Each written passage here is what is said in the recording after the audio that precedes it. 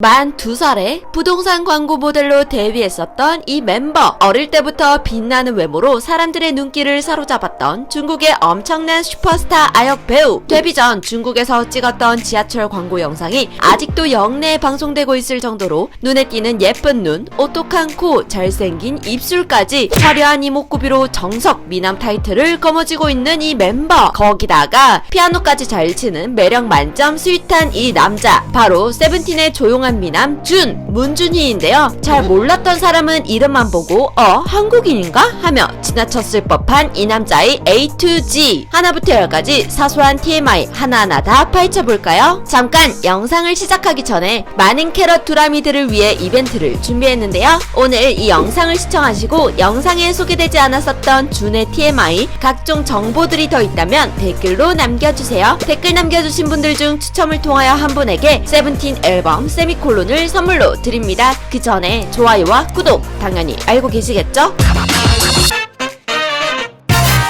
문준이라는 이름을 가지고 있어서 잘 모르는 사람들이라면 한국인으로 오해하고 지나가기 쉬운 이 남자의 진짜 이름은 바로 원진회이인데요. 원진회이의 이름을 한국 한자음으로 발음하면 문준이, 거기서 따온 활동명이 바로 준이라고 하는데요. 문준이는 세븐틴 멤버들이 연습생 시절부터 준을 부르던 호칭으로 지금도 여전히 사용하고 있는 이름 중 하나입니다. 대륙의 기적이라고 불리우는 천상계 미모를 가지고 있는 이 남자의 출신은 바로 중국 광둥성 선전시. 어렸을 시절 심천역 영내 광고를 찍은 적이 있었고 그 광고는 아직도 방송되고 있어서 많은 팬들이 성지순례 느낌으로 이 영상을 보러 심천역에 방문한다고는 하는데요. 절대 가만히 있지 않고 활발하게 뛰노는 걸 좋아했던 준. 셔틀버스보다는 자전거를 더 좋아해서 자전거로 좋아하는 길을 달리며 통학을 했을 정도로 청춘 드라마 남주인공 스타일을 자랑하는데요. 중국에서 아역 배우로 연기 활동까지 했었던 준이 어떻게 한국에 들어와 한국에서 아이돌이 된 걸까요? 준은 고등학생 때 친구들과 함께 편의점을 가고 있었는데 그때 그곳에 있던 플레디스 관계자에게 캐스팅을 당했다고 해요. 당시에 관계자가 명함을 내밀면서 애프터스쿨과 촌담비를 아냐고 질문했다고 해요. 처음에는 그냥 주변에 K-팝 좋아하는 친구들이 많아서 호기심을 느껴서 한국 입국을 결정했었지만 차츰차츰 시간이 가고 배움이 깊어질수록 춤과 노래의 재미를 느끼게 되며 누구보다 열심히 노력하게 됩니다. 하지만 준은 중국인이었고 한국어가 서툴렀기 때문에 그만큼